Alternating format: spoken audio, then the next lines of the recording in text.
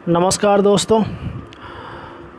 19 तारीख को यानी कि 19 अगस्त को कुछ लड़के जो हैं बिहार एसएससी गए हुए थे। बिहार एसएससी जाने के बाद संदीप सौरव जो विधायक हैं पालीगंज के, उनसे मिले। फिर उसके बाद जो है उप जो डिप्टी सीएम हैं उनसे मिले और उसके बाद वे लोग जो हैं अपना अपना जो ज्ञापन है या जो अपना अपना आवेदन है वो दिए।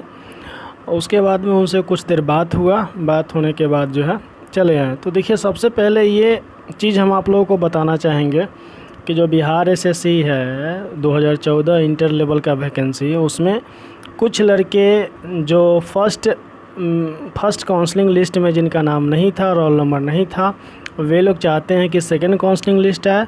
और कुछ लड़के जो काउंसलिंग करा चुके हैं उनको चाहिए कि हमको वेटिंग लिस्ट आए। और एक चीज़ और, दोनों लड़के, हमको सुनने को ये मिला कि दोनों लड़के आपस में भी विवाद करते हैं। तो दोस्तों, हम इस पे ये कहना चाहेंगे कि इसमें कोई विवाद वाली बात ही नहीं है। इसमें कोई भी जो बात है वो विवाद वाली है ही नहीं है। अगर मान लेते हैं कि आयोग अगर रोल नंबर के साथ अगर आपको मार्क्स अगर बता दिया होता, रैंकिंग बता दिया होता, या कुछ जो चीज़ बताना चाहिए, जितना हमको जानकारी चाहिए था, अगर वो सब बता दिया होता तो ये विवाद का कारण ही नहीं होता। तो ये सब विवाद फसाद का जो जड़ है वो सिर्फ़ और सिर्फ बिहार एसएससी है। आप लोग आपस में जो है विवाद करने से कोई फ़ायदा नहीं है। दूसरा चीज़ है कि बिहार एसएससी कोई भी काम अपने मन से आज तक किया नहीं है। अब ये नेता के प्रेशर में ही कोई काम कर रहा है, इस बात को आप लोग समझ लीजिए। हम सेकंड काउंसलिंग लिस्ट वाले के लिए भी बोल रहे हैं, जिनको चाहिए। ये बात सीधी सी बात है, ये आपको भी समझ में आ गया होगा कि जो बड़े बड़े लीडर्स हैं वो जो चाहते हैं, जो जैसे मतलब कहते हैं ना कि जैसे चाह रहे हैं वैसे हो रहा है। अगर यहाँ पे जिस ये जो वैकेंसी है, अगर अभी जो लीडर बने हैं या नेता बने हैं, जैसे उनको कह दिया जाएगा वैसे वो कर देंगे। ये ऐसा माजरा आ गया है। अब जैसे मान लेते हैं कि पहले बिहार एसएससी बोल रहा था कि नहीं, हम पुराना एनसीएल लेंगे, लेकिन जैसे ही संदीप सौरव और बड़े बड़े नेता लोग जो है बोल दिए कि नहीं आपको जो है पुराना एनसीएल, नया एनसीएल लेना है, तो फिर देखिए कि कहीं ना कहीं रास्ता तो निकल गया उसको एनसीएल जो है बनवाने के लिए, पुराना एनसीएल बनवाने के लिए। तो यही और भी बहुत सारा इसमें मुद्दा में आप लोग देखे होंगे कि कोई भी चीज़ अपने मन से जो है नहीं हुआ है। बिहार एसएससी अपने मन से नहीं किया, सब के सब जो है वो कहीं ना कहीं नेता के दबाव में आकर के ही कहीं ना किसी नेता के या विधायक के या किसी न किसी दबाव में आकर के ही किया है। तो इसके लिए सेकंड काउंसलिंग लिस्ट वालों के लिए या वेटिंग लिस्ट वाला, दोनों जो भी है अपना मेहनत जो कर रहा है, जो भी मेहनत कर रहा है, इसमें देखिए दोस्तों, अब इसमें बात ये नहीं है कि अब आप किसका अभी जो इसमें सीट जो खाली है अप्रॉक्स 3000 के अप्रॉक्स में, तो अब ये नहीं है कि इसका नंबर ज़्यादा है उसका नंबर कम है। अब इसमें जो पक्ष ज़्यादा मेहनत करेगा, जो पक्ष जितना ज़्यादा मेहनत करेगा उसके लिए उतना बेनिफिट होगा।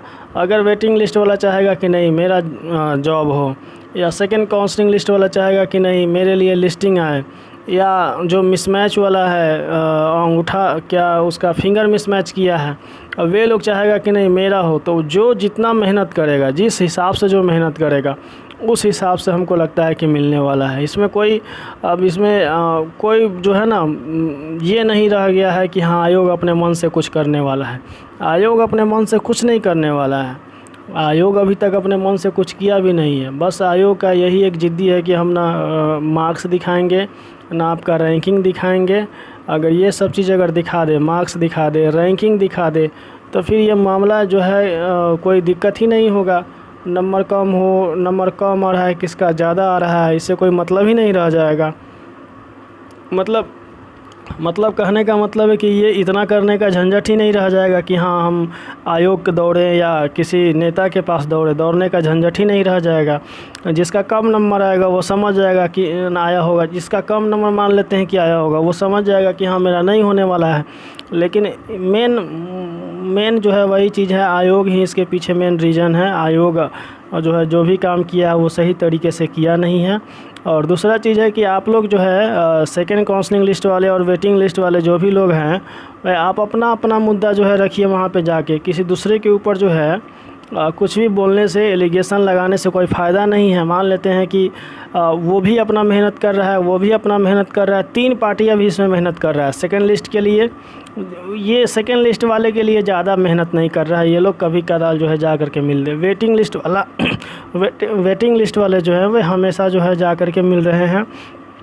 उसके बाद जो है जो फिंगर मिसमैच वाले हैं वे लोग भी जो है अपना जाकर मिल रहे हैं। सभी को जो है नेता अभी जो है आश्वासन दे रहे हैं। जैसे पिछला दिन जो 19 तारीख को लोग गया हुआ था, 19 अगस्त को, तो उसमें नेता लोग यही बोले कि सरकार जो अभी उलट पुलट हुआ है, जो बना है, तो इसका जो है विश्वास मत प्राप्त करना है 25 अगस्त को। तो 25 अगस्त को जब तक पूरा विश्वास मत जो है हासिल नहीं हो जाएगा, तब तक जो है आपको आगे का प्रक्रिया वे आगे अभी भी इसके बारे में सोचेंगे नहीं, क्योंकि पहले सरकार में अस्थाई होना ज़रूरी है। जब सरकार में आ जाएंगे अस्थाई रूप से, तब जाकर के आगे का काम होगा। तो यही चीज़ है, आप लोग जो है आपस में कभी जो है भिड़े ना, एक दूसरे से जो है मतलब कोई मतलब ही नहीं है।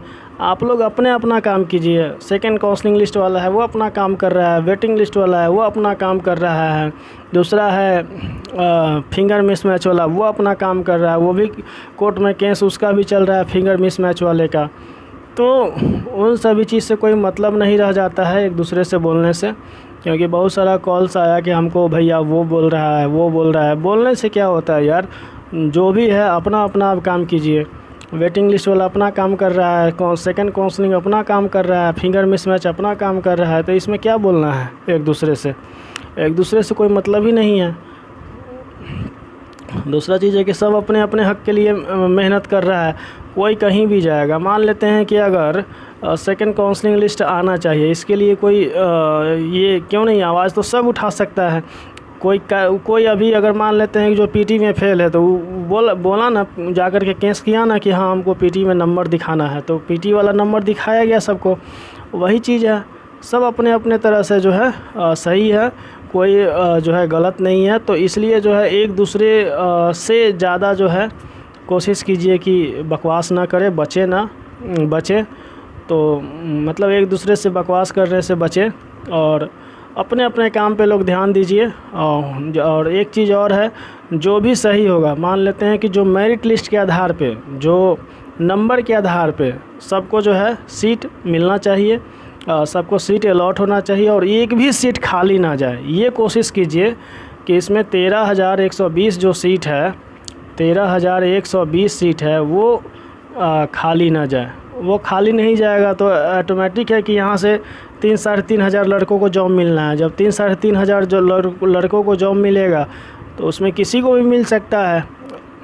तो ये सब सोच करके या ये सुन करके जो है बहुत ही तकलीफ़ होता है कि लोग आपस में ही जो है भिड़ जाते हैं सेकंड काउंसलिंग लिस्ट के लिए, वेटिंग लिस्ट वाले और फिंगर मिसमैच वाले। तो ये गलत चीज़ है दोस्तों। चलिए, उम्मीद करते हैं कि सब लोग अपने अपने तरीके से अपने अपने हक़ के लिए मेहनत करेंगे। धन्यवाद।